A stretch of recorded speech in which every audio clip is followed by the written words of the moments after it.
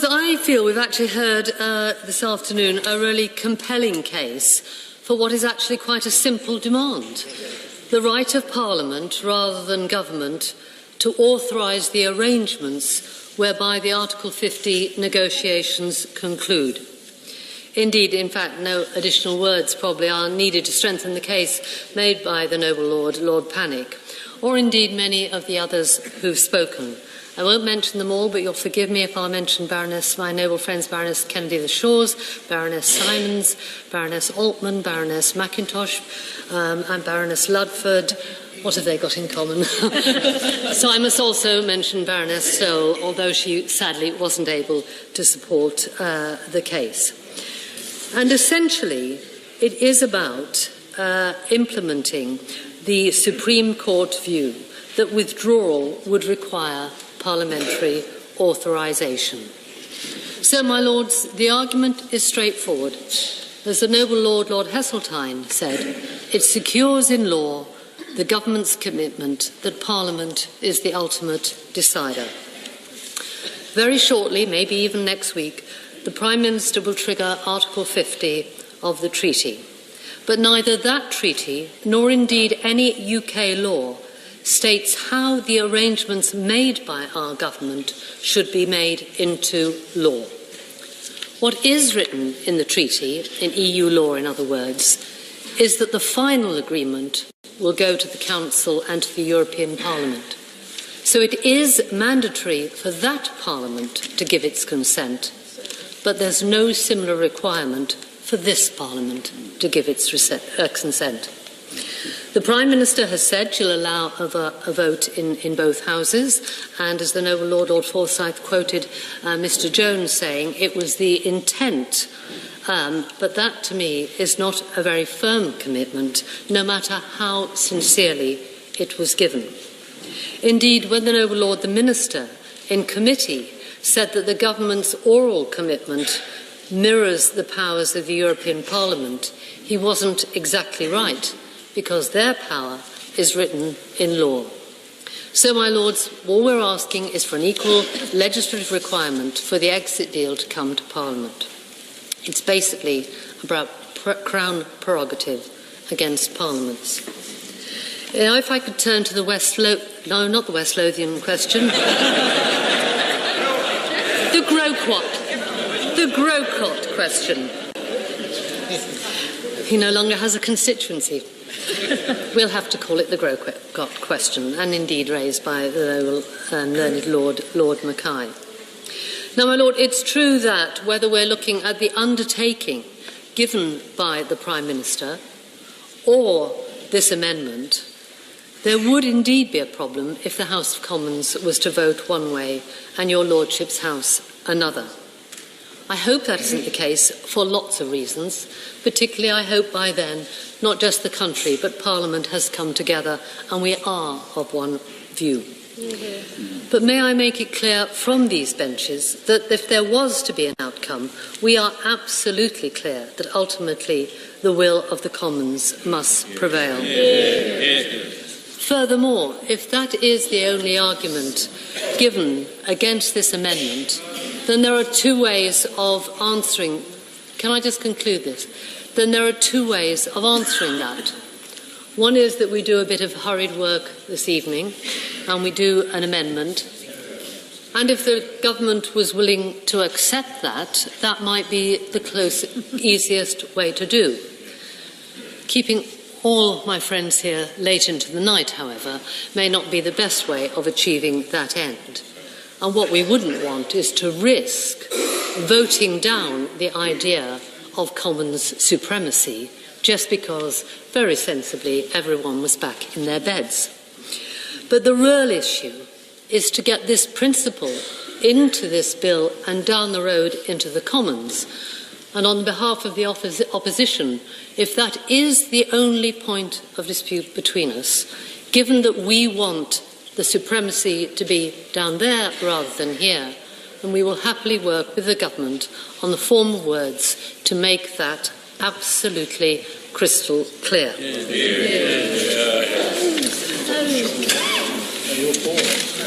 Be very brief. But bearing in mind the emphasis she has put quite rightly on the two houses coming together, would it really be intrinsically so nerve-wracking, fearful and awesome for the Commons to for once to accept a Lord's amendment like this? I think the Commons should certainly accept this amendment, albeit I'm happy with the tweak to enforce or to make certain the Commons amendment. I think the most supremacy. I think the most important thing is to get this amendment on the face of the bill, so that we are absolutely clear about that. Really, it's so simple. It's whatever the outcome of the negotiations with EU27. It's Parliament that's not simply the government where authority lies, deal or no deal.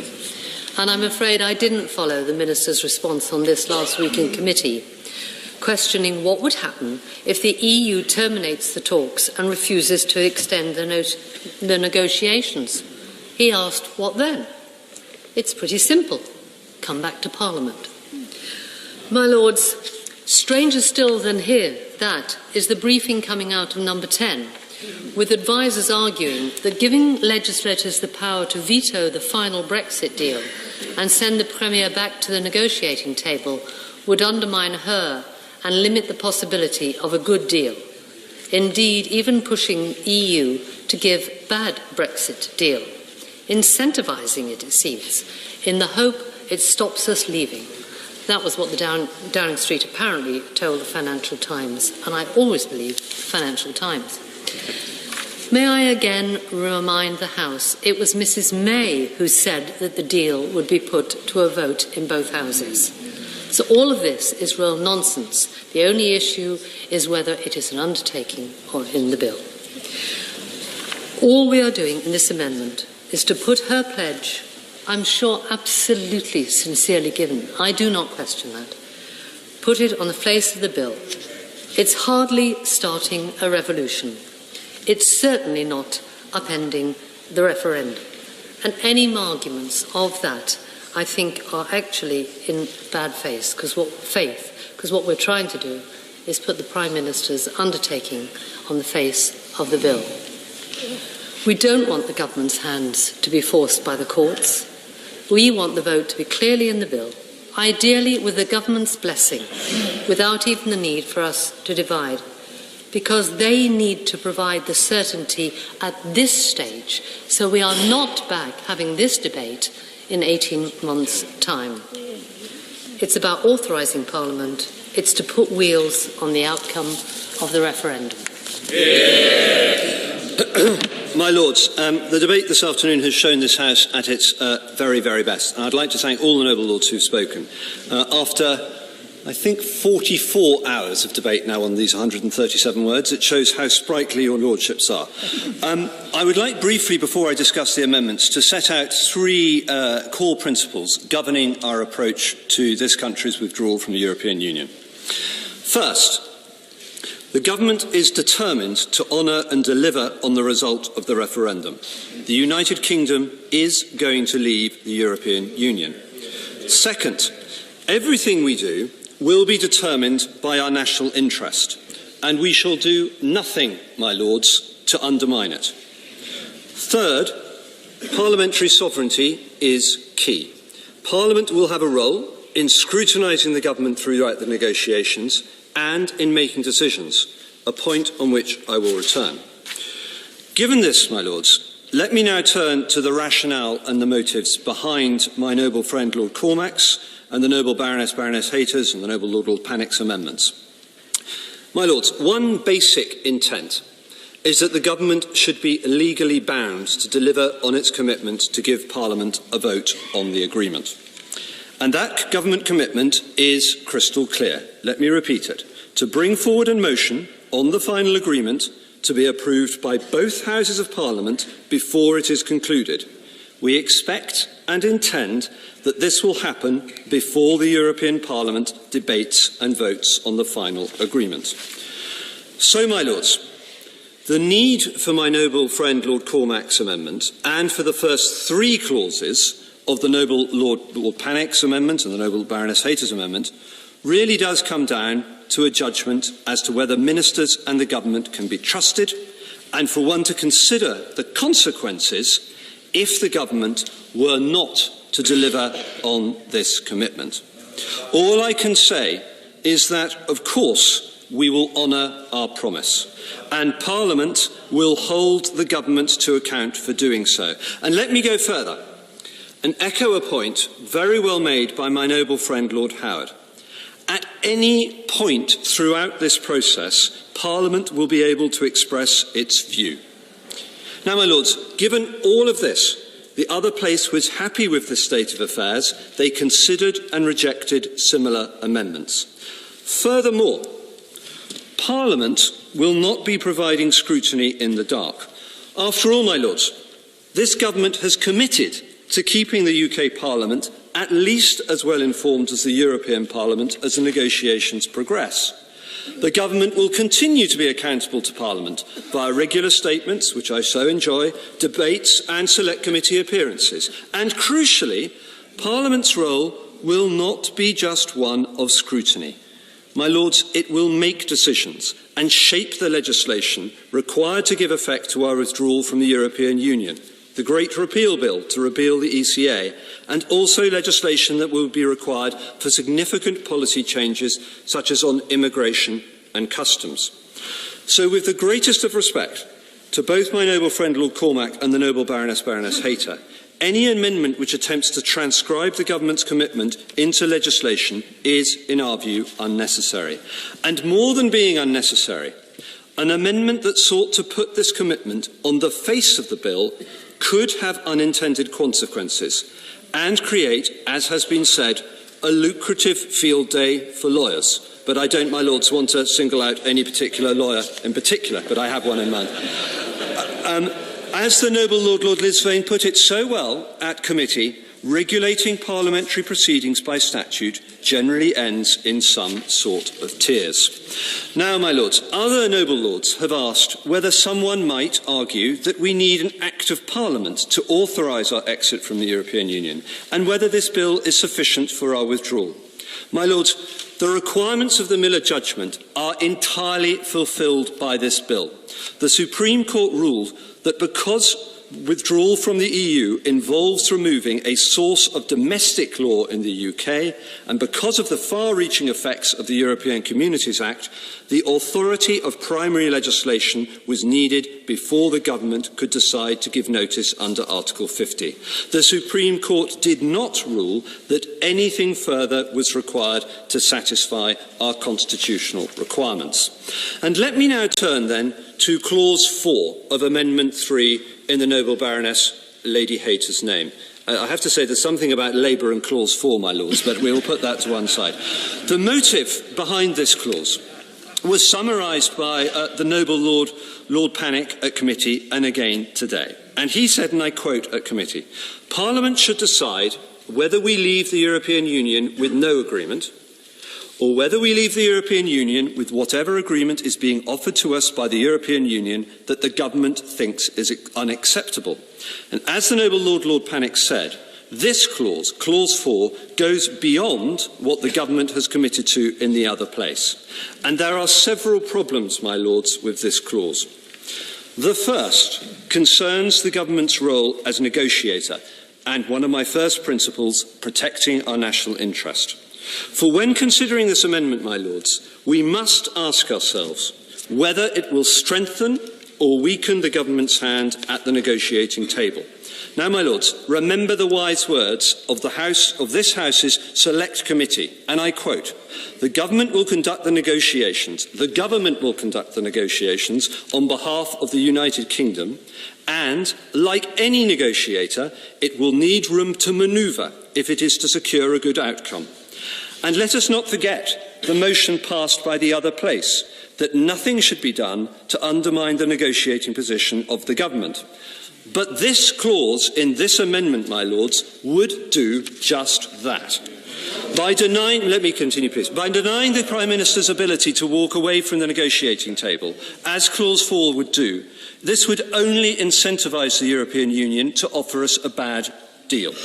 The European Union must see, my Lords, that there are a number of people in Parliament who do think any deal is better than no deal. And we have heard some argue just now that to go to WTO terms would be bad for Britain. Therefore, surely, my lords, this amendment simply makes the negotiations much harder from day one for the Prime Minister, as it increases the incentive for the European Union to offer nothing but a bad deal. And I know some have argued that this clause will strengthen the government's hand. They say that this is like a CEO saying, "My board won't agree with that deal." But, my lords, this analogy is not correct in this case. Most boards would say, "We want to do a deal, but not at any price." In this case, a number of parliamentarians are saying any deal is better than no deal. So, my lords, I would argue this approach would weaken the government's position. But, my lords, that is not the only problem with this amendment. The amendment is clear. Forgive me. The amendment is clear on one thing only. Namely, if Parliament agrees with the Prime Minister that no deal is better than the terms on offer, the United Kingdom will leave the European Union without a deal. But, my lords, it is unclear, totally unclear, on what happens if the House says no to walking away. As the noble and learned Lord Phillips of Worth and my noble friend Lord Forsyth asked, what path must the Prime Minister then take? Is she to accept the terms on offer? Is she being told to secure a better deal? And if so, what would happen if that can't be achieved before the end of the 2-year period? Or, my lords, in the silence of the amendment on this matter, is she to find a means to remain a member of the European Union? My lords, we don't know any of these points. And, my lords, my noble friend Lord Forsyth was entirely right to highlight this omission. The government cannot possibly accept an amendment which is so unclear on an issue of this importance on what the Prime Minister is to do if Parliament votes against leaving with no agreement. And with that risk, my lords, let us remember the first principle I stated. The government is intent on delivering on the result of the referendum. As a matter of firm policy, and I almost turn to the noble Lord Kerr to repeat the words after me. As a matter of firm policy, Article 50 will not be revoked. And so, my lords, any question of whether Article 50 is legally reversible is irrelevant to the government. The parliamentary vote we have promised will be a very meaningful vote. We will leave with a deal, or we will leave without a deal. That, my lords, is the choice on offer. But the choice offered by this amendment, by clause 4, is unclear. So, my lords, let me end by repeating line 1 of the White Paper. We do not approach these negotiations expecting failure, but anticipating success. Our clear intent, as I said, is to negotiate a new partnership with the European Union, which enables us and Europe to continue to trade freely together and to cooperate and collaborate where it is in our interests. Parliament will decide on whether to accept or reject the agreement. The purpose of this simple bill is to deliver on the result of the referendum and to leave the EU. But these amendments, my lords, are unnecessary. They are damaging to our national interest. They would create uncertainty and may be used by some to block the wish of the British people to leave the European Union. For these reasons, my lords, I hope the noble lords will withdraw their amendment. I feel we've actually heard this afternoon a really compelling case for what is actually quite a simple demand. The right of Parliament, rather than government, to authorise the arrangements whereby the Article 50 negotiations conclude. Indeed, in fact, no additional words probably are needed to strengthen the case made by the noble Lord, Lord Panic, or indeed many of the others who've spoken. I won't mention them all, but you'll forgive me if I mention my noble friends Baroness Kennedy the Shores, Baroness Simons, Baroness Altman, Baroness Mackintosh, and Baroness Ludford. What have they got in common? So I must also mention Baroness Stoll, although she sadly wasn't able to support the case. And essentially, it is about implementing the Supreme Court view that withdrawal would require parliamentary authorisation. So, my lords, the argument is straightforward. As the noble Lord Heseltine said, it secures in law the government's commitment that Parliament is the ultimate decider. Very shortly, maybe even next week, the Prime Minister will trigger Article 50 of the treaty. But neither that treaty, nor indeed any UK law, states how the arrangements made by our government should be made into law. What is written in the treaty, in EU law in other words, is that the final agreement will go to the Council and to the European Parliament. So it is mandatory for that Parliament to give its consent, but there's no similar requirement for this Parliament to give its consent.